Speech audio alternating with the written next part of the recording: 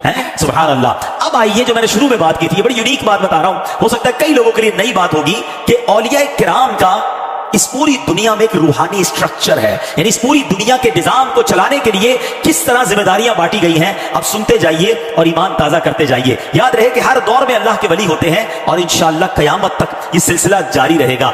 अख्ताब ये कुतुब की जमा है और कुतुब अल्लाह अज़्ज़ा वजल के ऐसे अजीम शान वली को कहते हैं जो एक जमाने में और एक वक्त में एक ही होता है। पूरी दुनिया में एक ही कुतुब होता है, इसे गौस भी कहते हैं। और कुतुब अल्लाह अज़्ज़ा वजल का निहायत ही मुकर्रब और अपने जमाने के तमाम औलिया का सरदार होता है। गौसे आजम की शान तो यह है कि उलमा कहते हैं अगर आज भी किसी को विलायत मिलती है ना तो वो गौसे आजम के दर से मिलती है। आज भी ये फैजान वहां से जारी होता है। नंबर 2, सेकंड कैटेगरी, ये है आइम्मा। ये हर दौर में सिर्फ दो होते हैं, पूरी दुनिया में सिर्फ दो होते हैं। एक का सिफाती नाम अब्दुल रब और दूसरे का सिफाती नाम अब्दुल मलिक होता है। ये दोनों कुतुब के वजीर होते हैं और कोई कुतुब का इंतकाल हो जाए तो ये दो वजीर में से ही कोई उसकी जगह लेता है और वो कुतुब बनता है।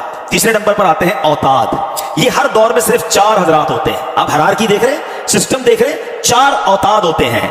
अल्लाह अज़्ज़ा वजल इन चारों के जरिए जो 4 डायमेंशन है, east west north and south, इन चारों जिहतों की हिफाजत फरमाता है। सबके पास एक डायरेक्शन होती है जिसको ये देख रहे होते हैं। चौथे नंबर पर अब्दाल, ये हर दौर में 7 होते हैं। इनके जरिए अल्लाह ताला 7 जमीनों की हिफाजत फरमाता है। 5वें नंबर पर नुकबा होते हैं, ये हर दौर में सिर्फ 12 होते हैं और इनमें से हर नकीब आसमान के जो 12 बुर्ज होते हैं उनकी एक एक बुर्ज की खासियतों का आलिम होता है। छठे नंबर पर आती है बात नुजबा की। ये हर दौर में 8 से कम या ज्यादा नहीं होते, 8 होते हैं। इन हजरात को अहवाल से ही कबूलियत अलामात जाहिर होती है। 7वें नंबर पर रजब है, हर दौर में 40 होते हैं। ऐसे बंदे हैं जिनका हाथ अल्लाह की असमत के साथ है। 8वें नंबर पर हर जमाने में 300 अफराद होते हैं जिनको कहा जाता है नबी पाक के स्ट्रक्चर कहां से लाया अल्लाह के साथ होते हैं। ये कल्बे आदम पर है। इस जमाने का मतलब है कि 300 अफराद होते हैं जो कल्बे आदम अलैहि सलाम होते हैं। हर दौर में 40 होते हैं जो कल्बे नूह अलैहि सलाम होते हैं। नबी पाक ने फरमाया मेरी उम्मत में हमेशा 40 आदमी कल्बे नूह अलैहि सलाम होंगे। सुभान अल्लाह। 10वें नंबर पर कल्बे इब्राहीम अलैहि सलाम के खुद भी फरमाते हैं लेकिन तमाम हर तरह की कोशिश से उन्होंने फरमाया है सलाम की बात है। ये हर जमाने में 7 अफराद होते हैं। 11वें नंबर पर कैटेगरी आती है कल्बे जिब्रील अलैहि सलाम के मुताबिक, इनकी तादाद हर दौर में 5 होती है। इसने कभी इस तरीके विलायत के बादशाह होते हैं। 12वें नंबर पर कल्बे इब्राहीम अलैहि सलाम के मुताबिक, हर जमाने में 3 होते हैं। 14वें नंबर पर कल्बे इसराफील अलैहि सलाम के मुताबिक, हर दौर में 1 होती है। फिर रिजालुल गैब आते हैं,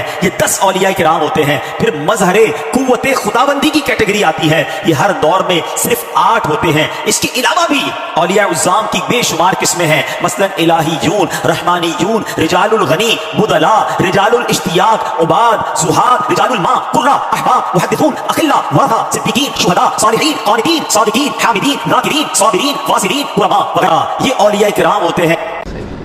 अच्छा, सूफीज़म में कुछ कैटेगरीज बताई जाती हैं, जैसे औलिया हैं, फिर कुतुब हैं, फिर अब्दाल हैं, फिर गौस हैं। तो ये सारी कैटेगरीज किसने डिफाइन की? ये इन्होंने की है। तो सर जिन्होंने अपने सिलसिले डिफाइन किए, जिन्होंने अपनी जमातों, जैसे आपको एक इसको हायरार्की कहा जाता है, जैसे कहा गया एक चीफ मिनिस्टर है, एक सेक्रेटरी है, फलां वजीर है, ये इन्होंने अपनी हायरार्की खुद बनाई है। कुरान और सुन्नत में इसके कोई अल्फाज नहीं। अब्दाल का जिक्र है और मेरा एक यूट्यूब पे क्लिप रखा हुआ है।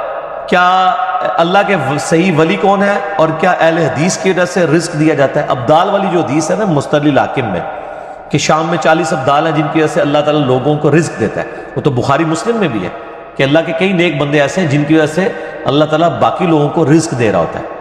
और वो परांगदा बाल हैं, किसी मजलिस में चले जाएं लोग उनको पूछते नहीं है, उसमें ये नहीं है कि नांगे पीर हैं, परांगदा बाल है, कपड़े उतारने वाला कोई वली नहीं है कुरान हदीस में। और मैंने वो साबित किया कि वो लोग कौन है जो कुरान और सुन्नत पे चलने वाले हैं और मुफलसी है उनके ऊपर। और मैंने इमाम तिरमिज़ी के कमेंट्स बताए हैं कि वो अब्दाल 40 शाम में होंगे, हुआ अहलुल हदीस, वो अहले हदीस में से होंगे। तो मैंने कहा हम आमदा से अब्दाल वाली हदीस नहीं पेश करेंगे। ये मेरा क्लिप चढ़ा हुआ है सर, हजारों लोग देख चुके हैं। मसला 131D का ये क्लिप है कि क्या अहले हदीस की ऐसा रिस्क दिया जाता है? अल्लाह के वली कौन है कि जो अल्लाह पर कसम खा ले? वो तो इमाम तिरमिज़ी ने लिख दिया कि वो अहलुल हदीस है, अब्दाल अहलुल हदीस है। अब अहले हदीसों से आप पूछ रहे हैं कि अब्दाल का मतलब क्या है, वो आपको बता देंगे। वो कहेंगे यार अब्दाल क्या, अल्लाह ही अल्लाह है। अहले हदीस की डिक्शनरी में तो अल्लाह या नबी है, तीसरा तो बंदा ही कोई नहीं, सरकार भी।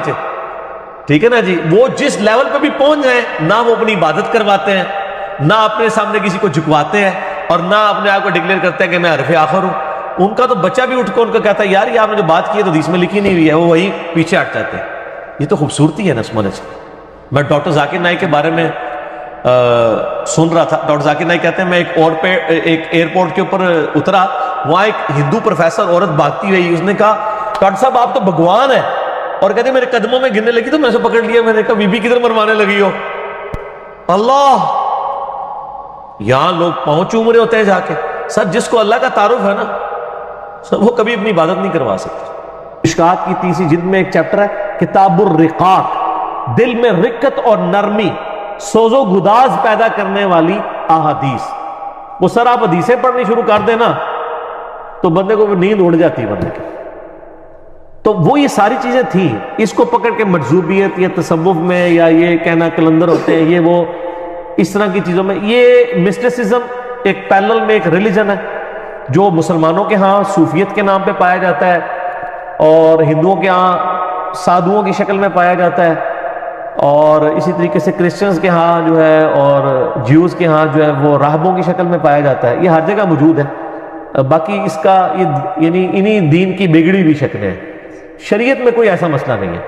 وہ کہتے ہیں نہیں وہ ابدال ہیں جی, تو ابدال الحدیث پڑھو تو صحیح, اور شام میں ابدال ہوں گے سارے کے سارے. وہ ترمذی میں ساتھ امام ترمذی نے لکھا ہے کہ امام بخاری کے استاد جو ہے نا امام مدینی کہا کرتے تھے وہ اہل الحدیث ہوں گے. نالے ٹھوک جان گے ابدال انہوں نے. اہل الحدیث کا لفظ لکھا ہوا ہے سارے ترمذی کے اندر, مشکات میں بھی آپ تیسری جلد میں پڑھ لیں, کیونکہ مسلم شریف میں حدیث ہے جب تک ایک بھی اللہ اللہ کہنے والا موجود ہے نا زمین پہ قیامت نہیں آئے گی. اللہ اللہ سے مراد وہ لوگ ہیں جو سجدے کروا رہے, اپنے ہاتھ پاؤں چموا رہے, یا وہ لوگ ہیں جو موحدین ہیں جو اللہ کے نبی علیہ السلام کی صحیح تعلیمات لوگوں کے سامنے رکھتے ہیں. یہ تو ان کے اپنے کرائٹیریا ہیں. خیر اب تو یہ ویسے ہی ختم ہو گیا, میں نے تو اس سے بھی اگلی ان کو کہانی ان کی کھول دی ہے کہ بریلویوں کے بزرگ جو ہیں وہ دیوبندیوں کے مشرک ہیں, دیوبندیوں کے بزرگ بریلویوں کے گستاخ رسول ہیں. اپنے اپنے پوجے رکھو اپنے بابے, تسی آپس ہی نہیں بنتے, سانو کیڑی توس ہے, جاؤ آپس ہی پہلے میچ کھیڈو کیڑا جیتدا ہے. ٹھیک ہے, وہ کہتے نہیں مناظرہ کرو, میں کہتا ہوں یار تسی پہلے آپس ہی مناظرہ کر کے نا فائنل مینل کھیل لیجو, دونوں کو فائنل ہونا ہی نہیں ہے, وہ تسی بھی نہیں جیتنا. تو یہ ساری کہانیاں انہوں نے کرائی ہوئی ہیں. حاکم میں ایک روایت موجود ہے مولا علی علیہ السلام سے, آپ نے فرمایا کہ اہل شام کو برا مت کہو, وہاں پہ ابدال ہوں گے. تو وہ ابدال یعنی وہ ابدال کا لفظ پکڑ لیا, ادھر غوث کتب ابدال انہوں نے رنگ بھرنے شروع کر دیے. الفاظ تو موجود ہوتے ہیں لیکن وہ کون سے ہیں, وہ ترمذی میں آ گئے, وہ اہل الحدیث ہوں گے یعنی کتاب و سنت پہ چلنے والے ہوں گے. اچھا یہ آپ ان کو کہیں گے جو اسی ہیں جی اے وابی نے اہل حدیث اسی ہیں, تو سر اپنی مسئلے لکھیا کرو انفی بریلوی بریکٹ میں اہل سنت والجماعت, پھر آگے بریکٹ میں اہل حدیث. وہ کہہ دینا جی او اہل حدیث اور اہل حدیث اور, ٹھیک ہے نا جی. تے اسی تانوں سارے نوں کہنا ہے کہ او سنی اور تے تسی سنی اور, تسی ٹنی ہو. ٹھیک ہے.